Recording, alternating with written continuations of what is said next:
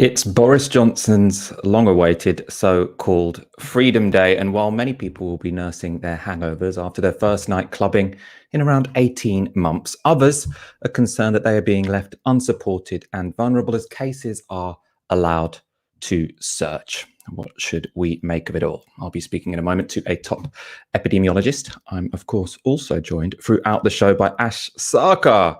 How are you doing, Ash? I'm good. A bit sweaty, but good. My first question for you is, were you out on the lash last night? What everyone wants to know.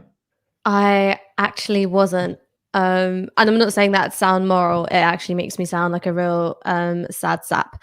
But I was at home playing with a little 1-year-old cat and chilling. Yeah. That's cute. I wasn't either. I was looking through. I was up past midnight looking through my stories of friends at nightclubs having many mixed feelings about it all. We will be discussing all of that tonight. We do also have a couple of non-COVID stories for you, including Jess Phillips and Nigel Farage. Do make sure you stay tuned for those. As ever, you can tweet all of your comments tonight on the hashtag TyskySour or send us your super chats. We'll be going to those throughout the show. Let's go straight on to our first story. This was the moment at midnight last night that all legal COVID restrictions ended in England. 7, 6, 5, 4, 3, 2, 1.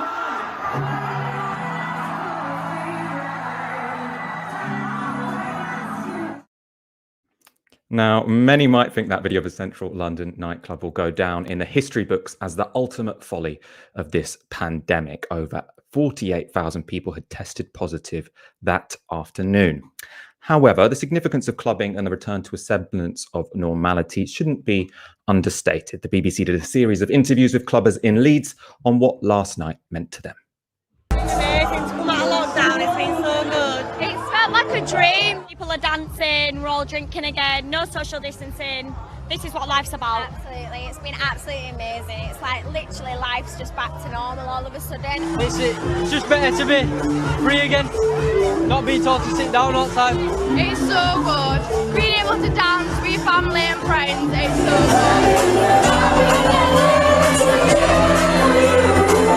I can literally not stress how much I miss being able to go out and just dance and just have a laugh. Like, it's been the best night for so long. Like, I literally can't even stress. Like, I love it. It's been literally the best night of our lives. Like, we've been waiting for this since we turned 18. We just want to be free. We want freedom. Freedom. That's all we want. You want freedom, but yeah. you're not worried at all, and you're just excited. No, I'm not worried at all. No, I'm just excited. New future. Let's get it, yeah. Because I'm a massive social person, me. And this lockdown, I found it really tough because I've been stuck at home a lot. We've been the last ones to get the vaccine. We've always been the blame. We've been the blame for the spread of the COVID. And it's just nice to get freedom and kind of like brush it all off. I've had my vaccination, and we're obviously young people, so I feel like we've sort of missed out of like a year of our lives, so it's just great to be around people again and just enjoy yourselves. Now, no one should begrudge young people out and having fun, I think, anytime, but especially after they've been in lockdown essentially for almost a year and a half. But with cases incredibly high and rising, is it all worth it? This morning, Vaccines Minister Nadhim Zahawi repeated the analysis of Chris Whitty, saying that when it comes to reopening society, now was as good a time as any. It is step 4. It's an important step. There is no perfect time to take this step. This is as good a time as any, as Chris Whitty has said, with the summer holidays and schools being out, which will hopefully bear down on the R number, the transmission rate. So I'm confident that we're doing the right thing. Almost 88%, just shy of that, 87%. Have now had the protection of 1 dose, and 68% of all adults have the protection of 2 doses. So I think the vaccination program has allowed us to take this step, take it cautiously, with this wall of protection of adults in the United Kingdom. Now, not everyone agrees with Nadhim Zahawi or indeed Chris Whitty that the wall of protection provided by vaccines is already enough to defend us from a tsunami of COVID-19. One of the most high-profile opponents of the loosening of restrictions joins me right now. Deepti Gurdasani is a clinical epidemiologist at Queen Mary University, and we've had you on a few times to discuss COVID-19. We always massively appreciate it. Welcome back to the show. No, thanks for having me.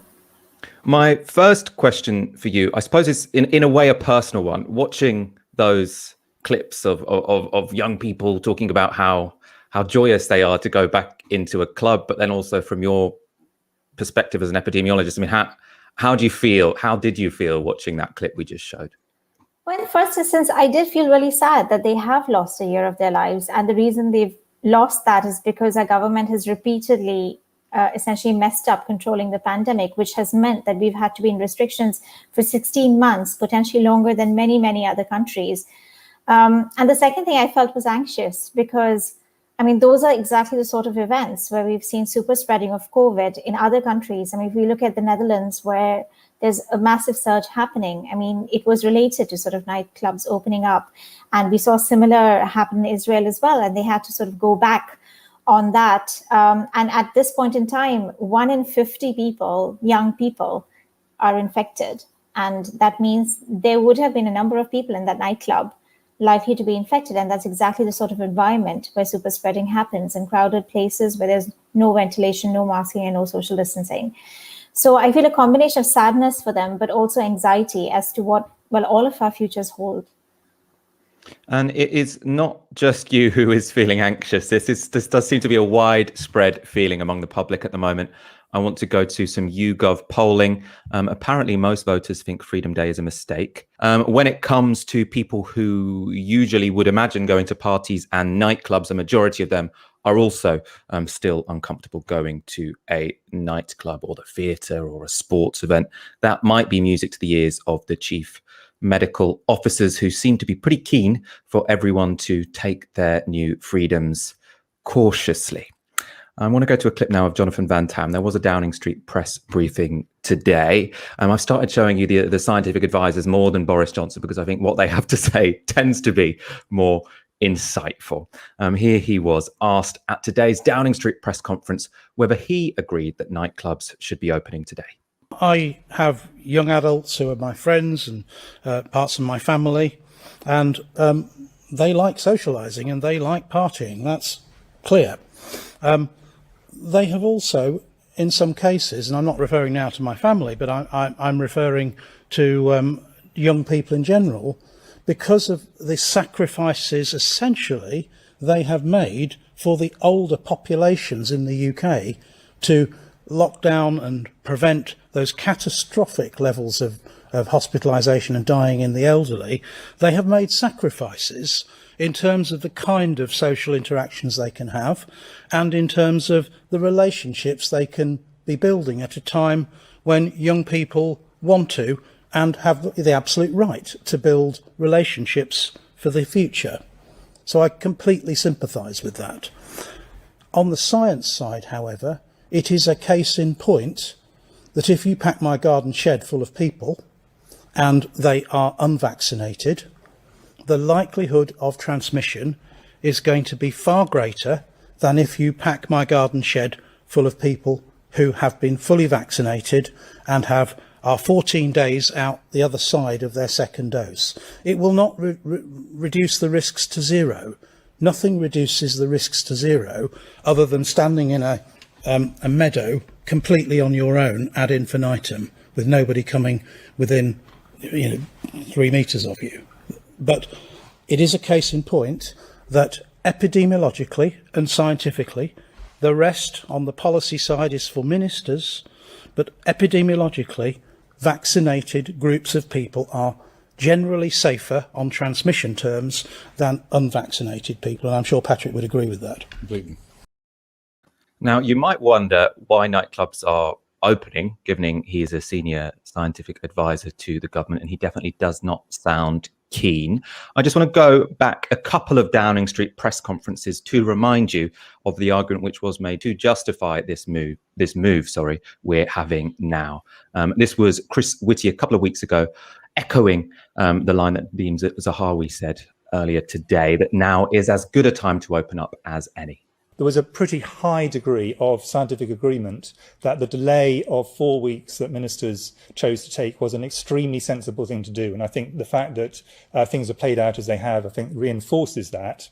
But the view is more mixed about exactly what the right timing is from a technical point of view, even before you get into issues that the Prime Minister has to deal with more widely.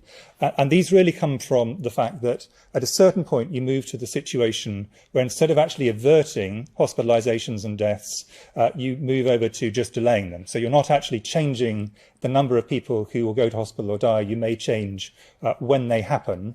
And there is quite a strong view that by many people, including myself actually, that going in the summer has some advantages, all other things being equal, to opening up into the autumn when schools are going back and when we're heading into the winter period, when the NHS tends to be under greatest pressure for many other reasons. So it's a very much more difficult technical decision now, even before ministers have to grapple with all the other things, than it was in terms of the 4-week delay, where I think there was a very substantial degree of scientific agreement. Deepti, I want to bring you in on this. I have to say, on our show on Friday, I took that Chris Whitty line quite seriously. I still do. This idea that opening in September could be almost as bad because the schools are opening then at the same time. Lots of pushback from that. Our audience seem to be quite against opening clubs at the moment. Can you make sense to me from your perspective, the difference between what Chris Whitty is saying there and the implication of what Jonathan Van Tam was saying in today's press briefing? Sure. So first of all, the scientific community is not divided. There's a scientific consensus that this is a wrong move. And scientists all over the world are saying this. I mean, we had a letter to the Lancet that was signed by over 1,000 scientists and healthcare professionals. The chair of the BMA has also said it's a mistake. The Royal College of Nursing has raised concerns, as have the 23 academies of Royal College of Medical Sciences. And international scientists all over the world, including advisors to current and former governments, have also said this is a huge mistake. But if we want to interpret what Chris Whitty is saying, I can tell you what it's based on. It's based on an imperial model, which was commissioned by government and asked to assess essentially two different options. In one option, and the outcome that they looked at, let's be clear, was only death. Long COVID was not assessed at all.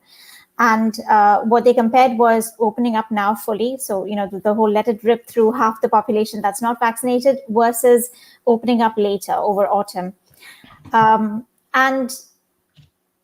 It doesn't look at things like vaccination in children or mitigation in school or booster doses for those who are vulnerable, who will have waning immunity over the winter because of the Delta variant, all of which could mitigate the impact of winter. And essentially what they found was a similar number of deaths. Let's be very clear about that. But the other impacts are hugely different. So it's very clear, and the people who did the imperial model are very clear that we are looking at about 500,000 people developing long COVID over the summer. And all the stuff that they say about impacts over the winter could be easily mitigated by vaccinating children now, rather than exposing them to mass infection, by giving booster doses to those with waning immunity prior to winter, and 3, by essentially putting mitigations in place in schools like masks and ventilation that have worked in other places, but we haven't done. So yes, if you live in this very narrow scenario where we are unable to do any of those things and death is the only outcome you're looking at, then of course it doesn't make a big difference whether you open up now or in winter. And perhaps it might even be better now, because essentially what you're counting on is that millions of children and young people get infected now, develop immunity, so you get to some sort of herd immunity by winter, which mitigates the impact of winter. But what that essentially in reality means that millions of young people get infected, hundreds of thousands develop long COVID, and thousands develop chronic disability. And the fact is, these are two really bad options we're being given, because our government is not willing to vaccinate adolescents, to put mitigation in schools to prevent a winter surge, and to give boosters to vulnerable people to prevent huge impacts on them over winter, all of which means that we don't need to actually accept either of these options. This sort of reminds me of the first wave in March, when we were told that we had to accept herd immunity initially, because even countries who managed to control it really well, like, for example, Wuhan, South Korea, would see an inevitable second wave, which they never actually saw. I mean, if you look at Israel, which has a higher rate of vaccination than us, they were extremely cautious about opening up, even with high rates of vaccination. And they did not see an exit wave. So it's not inevitable. They are seeing an outbreak now related to Delta, and their actions are really telling. They have reintroduced masking mandates and are pushing to vaccinate their adolescents where a lot of the spread is happening. So the options that we're giving are false options and involve hundreds of thousands of people getting very ill. Our hospitals once again getting quite full, backlogs increasing to 13 million, which is what our health secretary is saying. And these are not options that we need to accept or options we should accept. Let's talk about vaccinating kids, because we've got news on that today. And I suppose just to reiterate, the reason this is very significant for especially the discussion we're having right now is what you heard Chris Whitty there say is one of the logics for opening now, instead of say in September when you've got more people who've been double vaccinated, more of the adult population who've been double vaccinated, is that by that point you'll have kids in school as well. Obviously, that logic is weakened if we can vaccinate kids between now and school reopening. It seems that's not going to happen. The Joint Committee on Vaccinations and Immunizations have advised today that only clinically vulnerable children and those who have clinically vulnerable household members should be vaccinated, at least for now. I want to go to a statement from the JCVI. They said, as evidence shows that COVID-19 rarely causes severe disease in children without underlying health conditions, at this time, the JCVI's view is that the minimal health benefits of offering universal COVID-19 vaccination to children do not outweigh the potential risks. Almost all children and young people are at very low risk from COVID-19. Symptoms, when seen, are typically mild, and fewer than 30 children have died because of COVID-19 in the UK as of March 2021. They go on. Real-world data on the safety of COVID-19 vaccines in children is currently limited, but there have been extremely rare reports of myocarditis, that's inflammation of the heart muscle, and pericarditis, that's inflammation of the membrane around the heart, following the use of the Pfizer-BioNTech and Moderna vaccines in millions of younger adults. Until more safety data is available, they say, and until it has been evaluated, a precautionary approach is preferred. Deepti, you have been, as we just heard, you're an advocate of vaccinating adolescents. What do you think the JCVI have got wrong? I think the JCVI have absolutely no understanding of the impact of COVID on children, and they don't have any understanding of long COVID. And this has been very clear because they're members who've actually advocating infected children rather than vaccinating them. The UK is out of line from most other countries in the world. And to say there's not enough data is frankly ridiculous. I mean, over 9 million under 18s have been vaccinated in the US alone, and many in other countries as well. And it's rather telling that they don't actually lay out a risk-benefit analysis. I mean, if you look at the CDC risk-benefit analysis, and I'm reading from data put out by the director of the CDC, if we vaccinate 1 million 12 to 17-year-olds, we see 30 to 40 mild cases of myocarditis. In the same 1 million through vaccination, we avoid 8,000 cases of COVID, 19,000 hospitalizations, 50 ICU stays, and 1 death. The benefits far outweigh the risks. This is the official line of the CDC, and they've done the numbers. We are having 50 hospitalizations daily among children. We have 9,000 children who've had long COVID lasting for more than a year. So I think we need to change our definitions of what we consider severe. So while, only 30 children may have died of COVID, which I don't think is a small number, 9,000 have had chronic symptoms for more than 1 year. If we don't think that's severe for a child, then I don't know what is. And we have enough data for millions of children across the globe now. To say that we don't have the data and the risks don't outweigh the benefit is completely out of line with the scientific consensus and what almost all countries are doing right now. There are other countries that are agreeing with this line. For example, I think the German Institute, which is similar to the JCVI, kind of independent of government, they're saying at this point only vaccinate clinically vulnerable children. So there is a difference when it comes to government regulators. Some people are advising it, some aren't. The other thing is, if you don't vaccinate children, you still have the option to mitigate in schools. So don't expose them to huge levels of vaccination. But the UK is the only country that's not vaccinating children and is essentially has a plan that implicitly involves infecting millions of children ahead of winter. I mean, the whole idea of it's better now than later depends on millions of children getting infected and developing immunity before winter. And Germany has far better mitigations in their schools, in their indoor environments than we do. And they don't have infection rates as high as us. So even if they don't vaccinate their children, they are still protecting them from infection. We are not doing either. I finally just want to look at the global element here. Again, to go to some of the scientists who are kind of disagreeing. This is Sarah Gilbert. She's one of the scientists behind the Oxford AstraZeneca vaccine. She said the benefits of vaccinating children were much lower and poorer than inoculating adults. And she also said that with still a limited number of doses available to vaccinate the world, we should be using those doses for healthcare workers and for older individuals in countries that don't yet have a vaccine. I just, in case you weren't aware of how uneven, I don't mean you, Deepti, I know you are, I mean the audience, in case you weren't aware of how uneven the distribution of vaccines are at the moment, here is a graphic of the world. You can see there in North America, 70%, 56%, 68% in the UK, and across most of Africa, it is under 10%, often under 1%. And in terms of how this is affecting what a pandemic looks like, depending on what country you're in, this is a graphic from the FT. You can see on the left there, cases in the UK and Portugal surging, deaths very, very steady. In Namibia, cases surging, and you're seeing a huge increase in deaths, as was the case here before we had those vaccines. So Deepti, just your thoughts on this. Again, I think that there are, this just seems to me a real moral quandary, but how do you feel about vaccinating children who are, as you say, the risk isn't zero, but the risk is much lower than healthcare workers in Namibia, for example? How would you justify vaccinating them before we give these vaccines away or get out of the queue? Yeah. It's a false dichotomy. And it's disappointing to hear scientists falling for it, because the UK has procured 500 million doses. That's several times more than it needs to vaccinate its entire population. And the UK, let's remember, has also opposed waivers of patents. They've reduced foreign aid at a point in time. Many countries who are struggling could have used it as part of the COVAXIN initiative, or to even resource vaccinating. They could have put in place technology transfer agreements for AstraZeneca to help other countries manufacture vaccines at low cost and at high throughput. They haven't done any of that.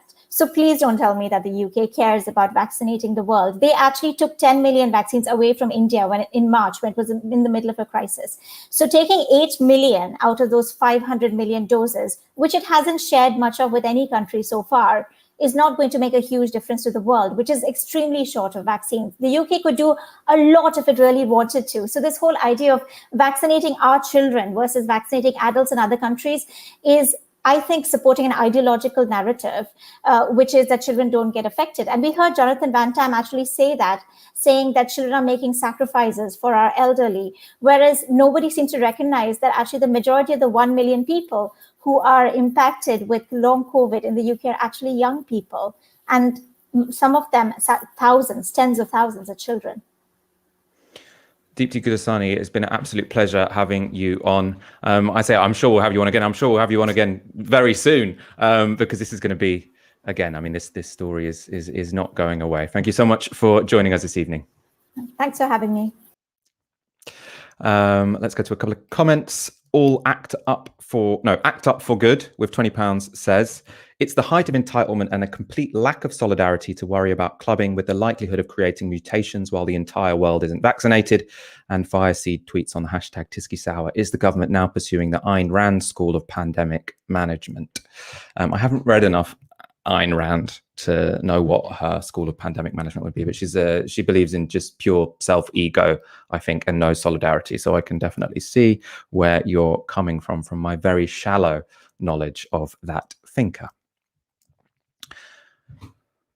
Regardless of when you think reopening should happen, we should all be able to agree that if cases rise as they are now, and as they will continue to for weeks to come, if there isn't a dramatic shift in policy, proper support should be offered to people who, despite vaccination, are in danger if they catch COVID-19. Now, that is principally people with compromised immune systems. That's, for example, due to diseases such as AIDS, cancer, conditions such as diabetes, or certain genetic disorders.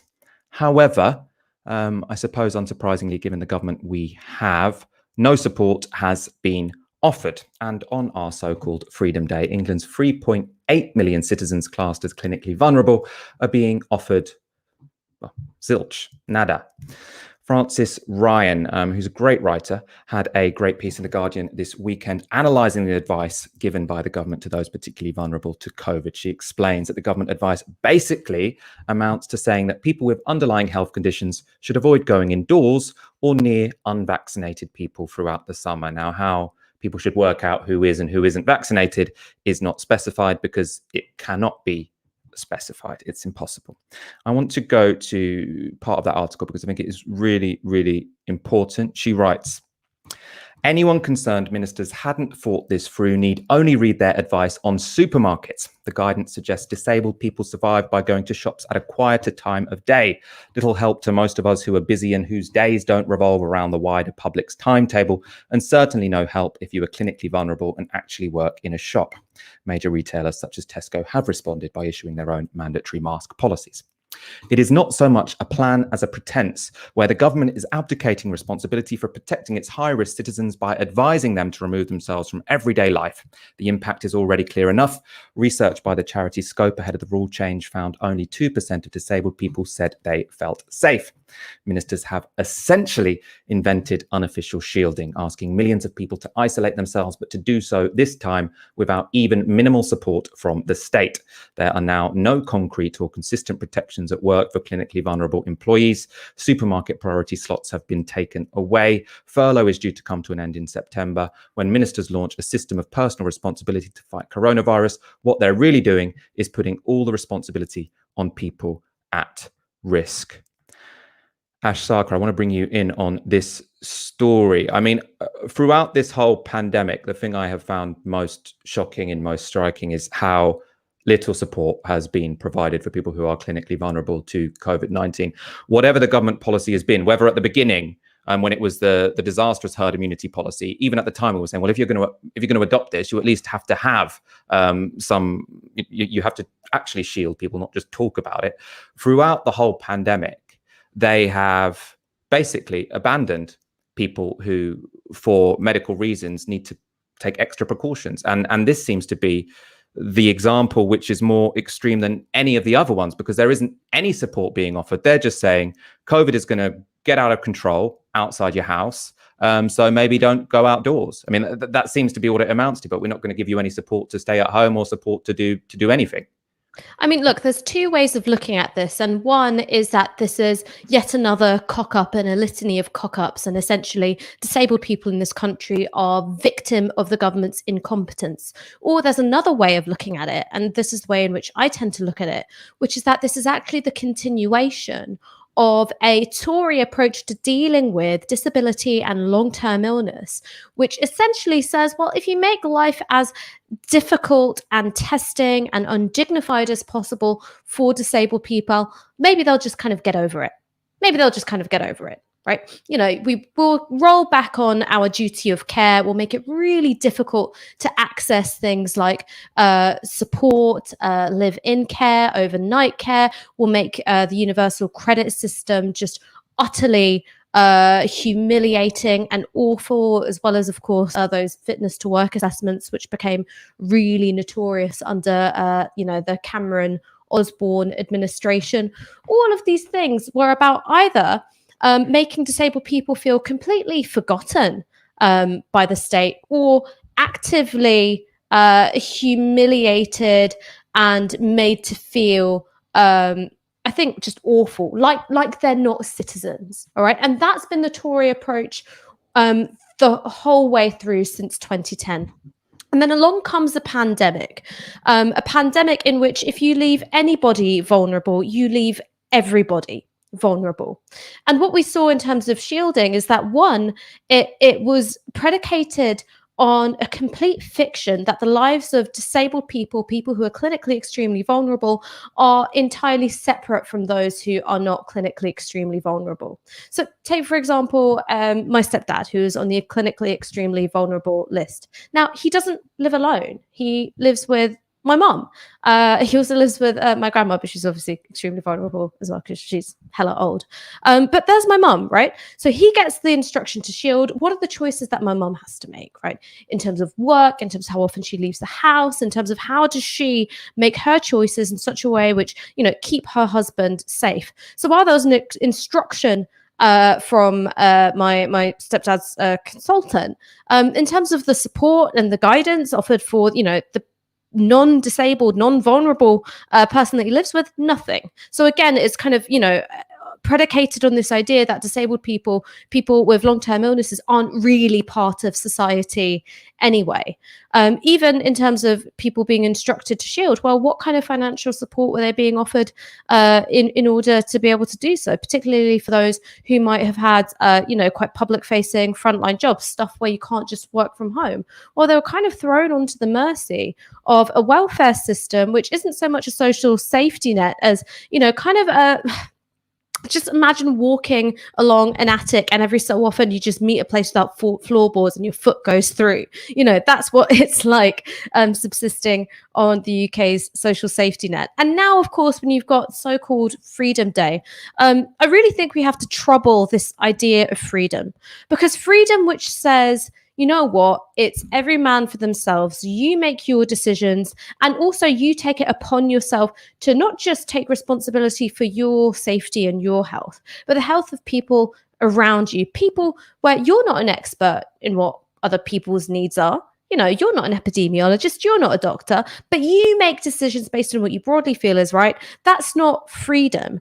That is a shunting of responsibility, collective responsibilities, which the government are supposed to take the mantle of, and shunting it onto individuals and the public. And of course, that puts disabled people at more risk. And I think it's compounded by these issues of lack of sick pay. The fact that, people are getting pinged absolutely left, right, and center, being told they've got to self-isolate. Well, if you're a disabled person, you're being told, get your butt back in the office. Or even if you're somebody who's got, long-standing health needs, and you're being told, get back into work in a nightclub. Well, what are you supposed to do? You're in an economy where people are really, fighting for every job that's out there. They're really economically precarious and vulnerable, and they're having to make really tough decisions between their health or their ability to pay bills, their ability to make rent.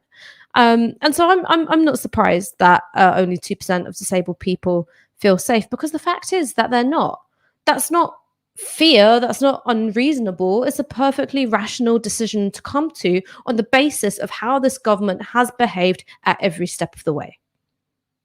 I mean, I think that's exactly right. I mean, I think as Francis Ryan highlights, what's most ridiculous, and I think what really represents how little the government have thought this through, is that they're basically encouraging people. If you think you're clinically vulnerable to catching COVID-19, one way you could avoid people is go to supermarkets at quiet times.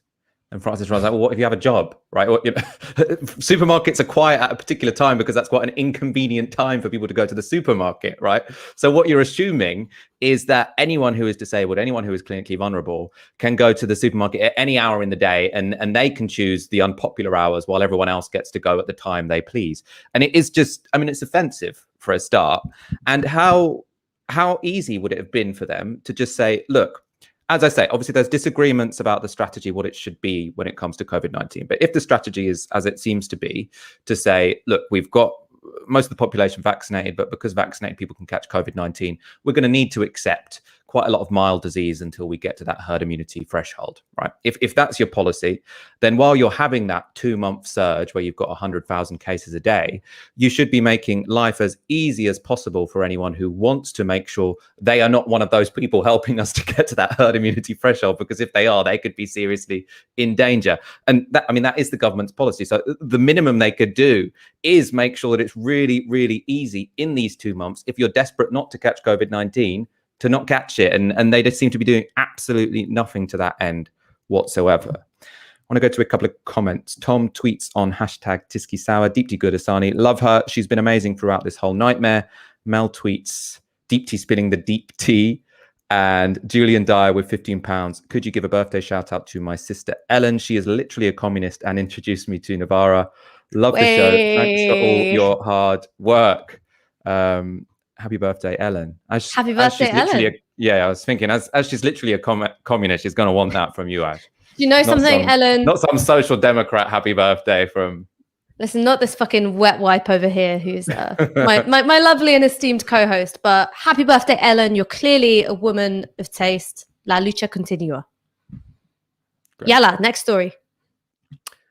In the week running up to our Freedom Day, 322,170 people tested positive for COVID-19. And that number included the Health Secretary, Sajid Javid. Now, to add to the chaos, Javid had been in close contact with Boris Johnson and Rishi Sunak, meaning they would have to join the 1.7 million people currently self-isolating in Britain. Or would they? On Sunday morning, Downing Street sent out this press release that said the Prime Minister and Chancellor have been contacted by NHS Test and Trace as contacts of someone who has tested positive for COVID. They will be participating in the daily contact testing pilot to allow them to continue to work from Downing Street. They will be conducting only essential government business during this period. Now, this obviously caused outrage. As I said, there are 1.7 million people, we think, at the moment currently self-isolating. What the Prime Minister and the Chancellor were going to do was say, oh, actually, we've got access to this scheme, which means that we can just take a lateral flow test every 10 days. No one else, it seems, knows how to get access to this scheme. It was obviously outrageous, yet Robert Jenrick was forced to go out and defend the position on the Andrew Marr show. About moral authority. This is about as it were, the population listening to the government, listening to the government's advice and deciding to abide by it. And this is the kind of thing that makes people ask, why should we self-isolate? Why should we keep our apps on when the Prime Minister and the Chancellor and other ministers seem to get outside the system, get around it? I understand that, but this is a pilot scheme that is involved with a range of different public sector organisations, not just Number 10 Downing Street. I've listed some of them already. It doesn't involve others. I mean, my department isn't part of it, and so the normal rules would have to apply to me and many other members of government, as you'd expect. Up and down the country. I would just say, Andrew, that up and down the country, people are asking themselves, why should we self-isolate when the government are not? I'm going to give you an example of somebody called Ruth Adams, and she runs a company in Bristol which happens to make bathrooms, and she has deleted her NHS app to stop her business from going under. She says, if someone else is told to self-isolate, then that would be an absolute catastrophe. I am not going to take the risk because this company couldn't stand to have another member of staff not available for work. Why can't she be on the pilot? Well, the NHS app and Test and Trace are a very important tool in our toolkit to tackle the virus at this critical stage. The evidence from a survey, for example, in the last 3 months of last year showed that it had helped to avoid 600,000 cases and to ensure 8,000 unnecessary deaths were avoided. So it is important that these I was pinged, if any other member of the public were pinged, that they do take it seriously and follow the guidance, because it is one of the ways in which we as a country will get through the difficult days that undoubtedly still lie ahead. That was an excruciating interview, reminiscent of the days when government ministers were sent out to say it was acceptable for Dominic Cummings to drive to Barnard Castle to test his eyes. Frustratingly, I'm sure, for Robert Jenrick, there was also this time around a screeching and predictable U-turn 30 minutes after he went off air. This was Boris Johnson speaking from Chequers. Hi folks, like so many hundreds of thousands of other people across the country, I've been pinged, I've been asked to self-isolate by the test, trace and isolate system after I've been in contact with somebody who has COVID, in this case, of course, the Health Secretary, Sajid Javid. And we did look briefly at the idea of us taking part in the pilot scheme, which allows people to test daily. But I think it's far more important that everybody sticks to the same rules. And that's why I'm going to be self-isolating until the 26th of July, Monday, the 26th of July. And I know how frustrating it all is, but I really do urge everybody to stick with the programme and take the appropriate course of action when you're asked to do so by NHS Test and Trace. So he says, I did consider it. Then he changed his mind. They had sent out a press release saying that Rishi Sunak and Boris Johnson would be taking part in this scheme whereby they didn't have to self-isolate. And obviously it was the policy for quite a while because Robert Jenrick was sent out to defend it on the television. They U-turned after they saw the political backlash that erupted. I don't know how they didn't see it coming. Ash, what did you make of this particular shit show? I mean, it does make Boris Johnson look pretty chaotic, pretty bad at politics, doesn't it? Yeah, but he's a really chaotic guy, and in some ways I think he's quite tin-eared. He's a very gifted campaigner, but I think when it comes to governing and judgment calls, I think he's absolutely dreadful. And what this speaks to is just how dreadful the Downing Street operation actually is, and how much they're able to get away with because we have a completely toothless opposition and a completely supine media. This government was supposed to be all about, take back control. The only thing that, it's taken is all of us for idiots. A secret pilot where you don't have to self-isolate. And it just so happens to be the people chosen not to self-isolate were Michael Gove, Rishi Sunak, and Boris Johnson. Absolutely no favoritism there. It's just science, innit? It's that good old double-blind testing. I mean, it's complete nonsense. And you can see with the swiftness of the U-turn that they weren't going to be able to, stick out the public condemnation. And that also the cost in terms of public trust and buy-in self-isolation would be too high. My favorite tweet I saw on Twitter said that if Boris Johnson got found guilty of murder, he'd be able to enroll on a prison abolition scheme. A prison abolition trial. Sorry, I got that slightly wrong.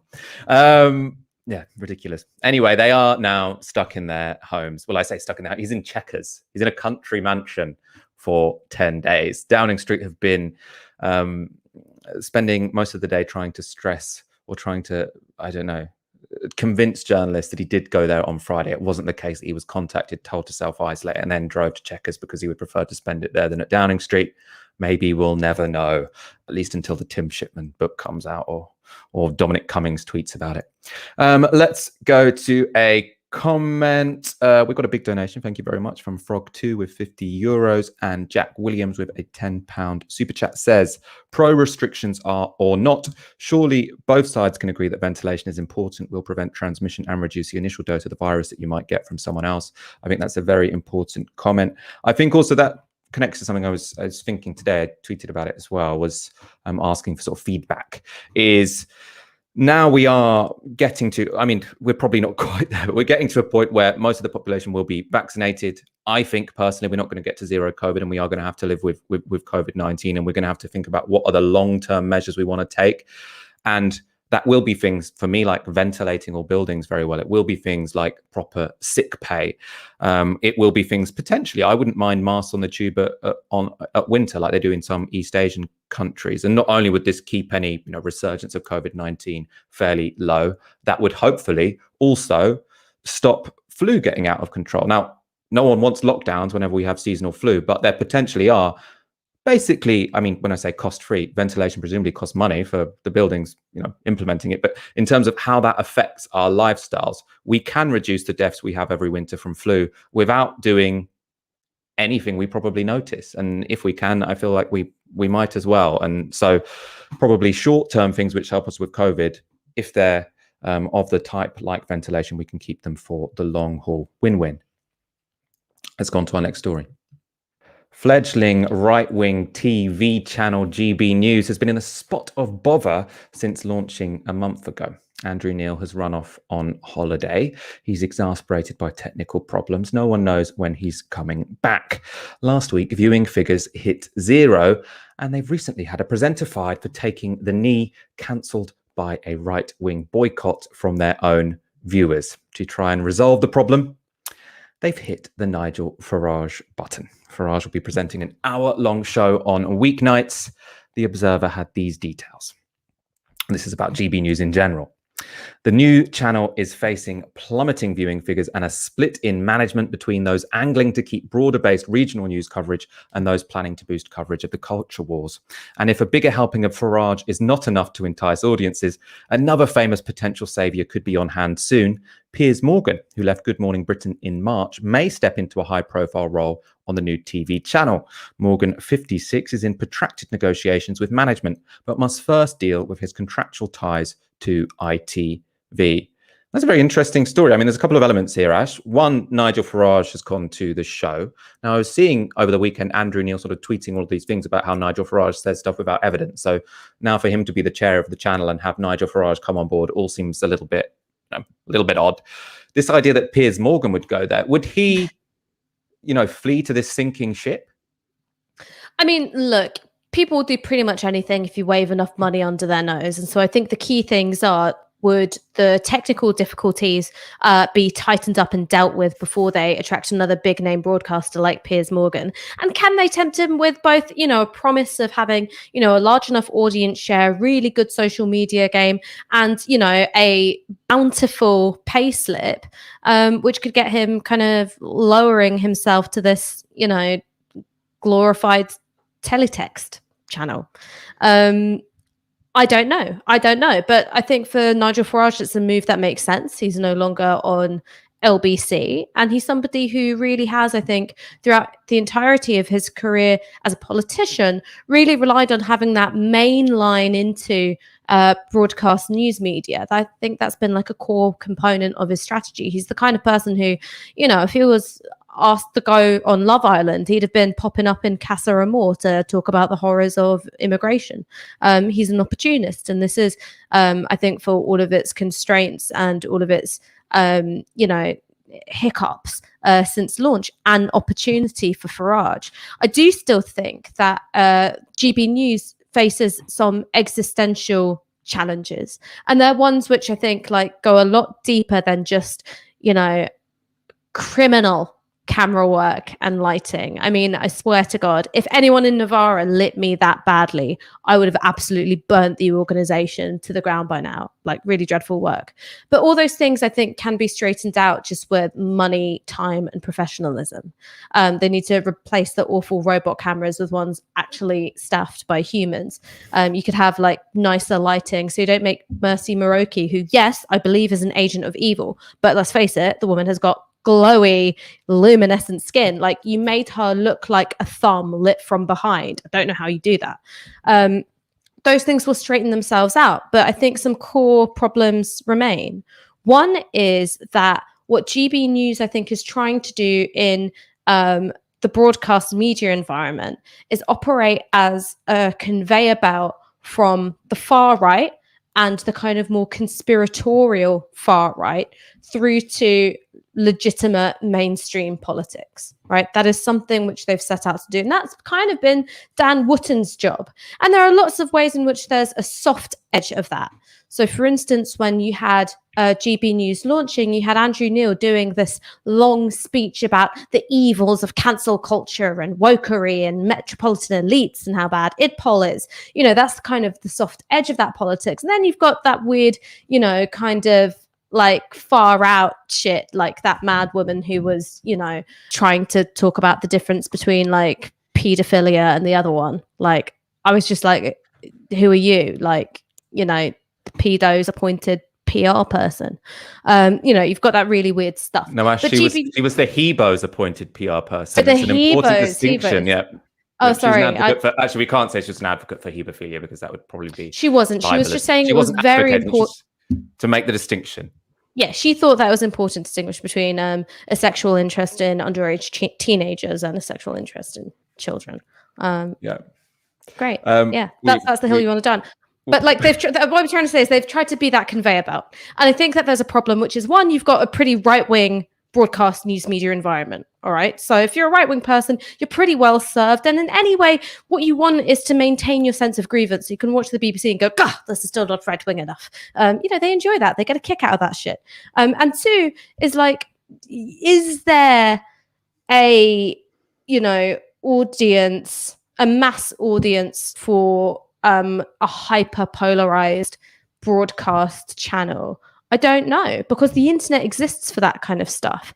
You know, broadcast news media is not a money spinner. It's not, you know, audience shares are plummeting. The reason why you want to, you know, own one or invest in one is for influence. But it's not actually about like attracting a huge audience. I actually think GB News would have done a lot better if they just set themselves up as a YouTube channel. But no one wants to hear that, you know, the answer is turn to posting full time, but they really should have. I want to go to some more developments at GB News. This one is really, really interesting. So Gito Hari is the presenter who was suspended after taking the knee on GB News, or take the knee on air. He has now quit the channel, so he's been taken off air, and now he's quit, saying, I'm not coming back. His resignation letter to the channel's chief executive said, "Before I took the knee on air, I discussed it with my producer, director, co-presenters, and head of newsroom. After I did it, GB News captured the moment and proactively cascaded it on social media. 2 days later, you told me you wanted me to take a break for the summer. You did not say you were briefing papers and issuing a statement that accused me of breaching your editorial standards. I asked you to change that on the night, pointing out it's defamatory. You ignored my texts and refused to take my calls. I now see that you've hired Nigel Farage, who immediately declared in public that he will not be taking the knee. Please explain how that does not breach editorial standards." But I did. Now, this is phenomenal. So he's saying he discussed taking the knee with his producer, with his director, with the co-presenters, and with the head of the newsroom. So this wasn't a surprise when he took. I mean, we said before, clearly a presenter taking the knee would not have breached editorial standards anyway. The whole point of that channel is it's supposed to have opinionated hosts. You know, that was supposed to be their raison d'etre. Then the moment a host expresses something that's anti-racist, they have to go. But in any case, the fact that all of these people high up at the channel agreed with him before then briefing against him is just like the height of unprofessionalism. Like, again, I mean, Ash, this is proper amateur hour stuff, isn't it?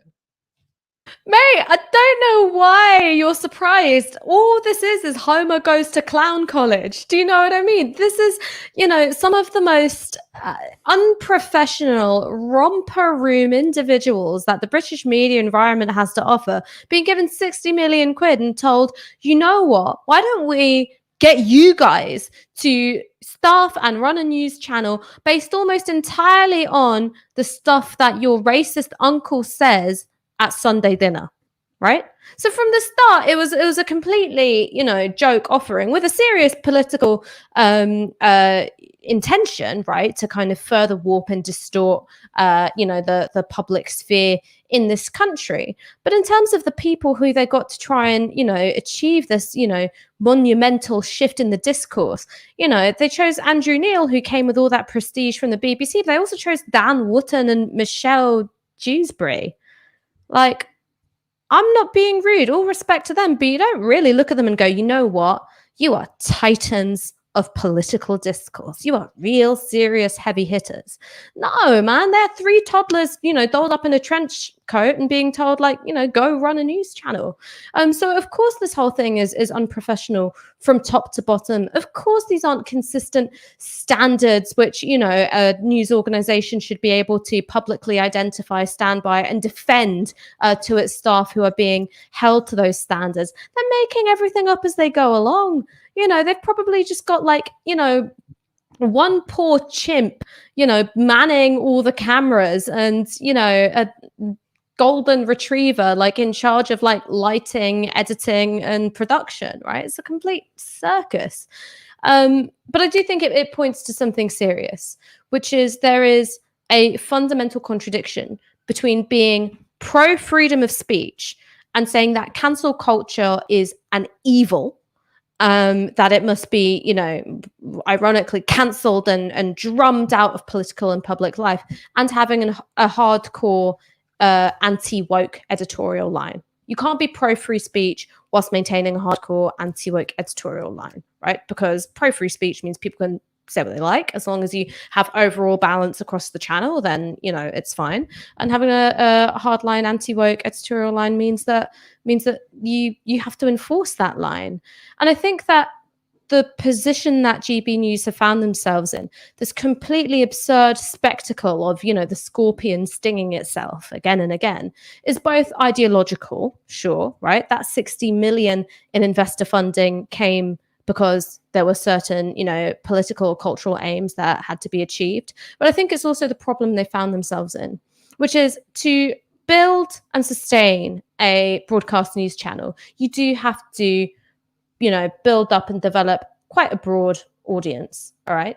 You know, even though it's a really challenging time to do so in terms of, you know, broadcast news audiences, that is the thing you've got to do, right? You have to have some kind of broad appeal. It's kind of interesting that one of the things that Sky News did is, yes, it, you know, sort of was part of this big shift to the right in terms of the British media environment, but also came with so much goddamn sports coverage that it was also saying, well, you know, here's the here's the honey to go along with your medicine. We're not just going to be wholly ideological. GB News have absolutely nut jobs or try and build outwards. The problem is that if they do try and build outwards by having a variety of opinions, they lose that small hardcore audience and they'll effectively end up with, audience share of 0.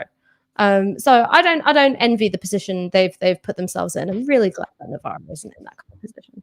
That makes me happy. That makes me happy too. Jeb Supertramp with a £5. Here is a £5 for Ash's colourful dress. Solidarity. I also am a big fan of that dress. I commented on that before we went live. And we have Eve with a tenner says, encouraging everyone to look at not giving up on Twitter. Solidarity with victims of state violence in Ireland, devastated by government plans to deny them justice. Now that hashtag is in relation to relatives of those who were killed in the Troubles by British troops. Obviously, this is very relevant at the moment because there is a plan by the government to give those soldiers amnesty. In fact, it might already have gone through. I should double check on that. We're going to go to our final story. Jess Phillips will probably be most familiar to our audience from her disastrous and cringeworthy campaign to be Labour leader last year. But when she isn't spending her time being an MP with crap politics and going on television to shout at socialist MPs, she is also an author. She's written 3 books in the past 4 years. They're called Every Woman, One Woman's Truth About Speaking the Truth, including lying about swearing to Diane Abbott, the woman who was subject to the most abuse of anyone in Parliament. She's also written Truth to Power, 7 Ways to Call Time on BS, presumably by getting pretty close relationships with Rupert Murdoch's various outlets, and also Everything You Need to Know About Politics, My Life as an MP. That's the new book. I think the title is actually quite apt for Jess Phillips. Everything You Need to Know About Politics, My Life as an MP. Me, me, me. Her upcoming book is, as you can tell, if you can count, the third to be released in 4 years. The Times and Sunday Times have given many a long sympathetic interview to Jess Phillips, enabling her to speak truth to power. Presumably that's what they're interested in. She has given them another. This is the 5th in the last 2 years. And as you'd expect, all manner of topics came up, including Novara Media, the Times right. We speak days before the vicious Batley and Spen by-election amid momentum activists demanding Starmer resign as leader if Labour loses. It retains the seat by a squeaky 323 votes. Phillips believes the hard left stoked George Galloway's campaign with its crude appeals to Muslim voters and was gleeful about the prospect of Labour losing. But they would make the same charge about me, wouldn't they, under the Corbyn years? She compares activist journalist Owen Jones and Novara Media writers to noisy, overexcited children who have had too much sugar. Who cares what they think, frankly? Wow. Ash, we are overexcited children who have had too much sugar. Do you accept that analysis? I've actually been trying to cut sugar out of my diet, but I don't know about you, but I suppose she was getting at something else. Respond to Jess Phillips. I mean, it's a fair cop, Gov. You got me bang to rights. I like life. I'm an excitable person. I'm sorry. I mean, look, oh no, it's true. It's true. I'm an excitable person. I'm a happy, bouncy person. So sue me. That's what I like about you, Michael. It's what I like about Aaron. It's what I like about everyone that we work with, is that we're actually really passionate about what it is we do. And we also find like meaning in politics and the principles that we stand for. We don't go around, like Keir Starmer does, or various members of the Labour front bench, where the only message they take around the country is we're shit and we know we are, don't vote for us, but please vote for us. But we understand that if you don't vote for us, it's because, we're dreadful. We're absolutely beyond salvaging. But also, if you don't vote for us and you're brown, that means like, you're anti-Semitic and you're homophobic. We, I think, try and make a positive case for our politics, as well as on this show, being, critical and skeptical of received wisdoms and the kinds of, propaganda that you see in establishment media. I'm really comfortable with Jess Phillips looking at all the things we do and going, I don't like that. Because guess what, Jess? The reason why Novara media exists is because politicians like you on the Labour right have absolutely failed people in this country for decades now. Right? You weren't speaking to people's material needs. You certainly weren't speaking to a lot of people's social values. And I'm afraid that when people look at that wing of the party, what they see is a set of politicians who are venal, who are self-serving, and who also don't have any backbone. And you look at, I'm afraid, Jess Phillips herself. She markets herself as, I am resilient, I'm tough, I'm a straight talker, I'll say it how it is. Actually, the first time she came under any scrutiny as an individual, when she was standing for Labour leader, she threw in the towel after the first round. She couldn't take the heat. Now, that wasn't because, the left were mounting a particularly spirited campaign. I don't think that was going on. When faced with really the mildest, kind of observation and questioning, she crumbled. So we might be overexcited, we might be noisy, but at least we tough it out. At least we will be people of our word. We'll say that we are here to hold the government to account and also be critical of the Labour Party where they are deserving of that criticism. And we'll stick to the thing that we say we'll do. It's not as if the first time Novara media came under any scrutiny or hostility or, antagonism that we were like, oh God, this seems pretty hard. I liked it when I was in my little echo chamber of, blue tick journalists and friendly Times, profile writers that, I'm going to crawl back into there. No, we didn't do that. So I'm perfectly comfortable with Jess Phillips not liking us. I've just been pondering the title of her new book. Everything, I know I mentioned it in the intro, but it's just everything you really need to know about politics, my life as an MP. Like, how obnoxious and arrogant can you be? It's like I wrote about everything you need to know about YouTube, my life hosting a very particular left-wing politics show. It's like, does she really just think politics can be summarized by her life? It's amazing. And especially as when people were actually asked, what do you believe? She had nothing to say at all. So essentially, politics for her is just what she does, what her plans are tomorrow, and it doesn't have any meaning beyond that. Yeah, but look, so here's the thing about Jess Phillips. Like, I've spent a lot of time like slacking her off just now, and she is, I think, a very capable and able self-promoter, a very ruthlessly capable self-promoter.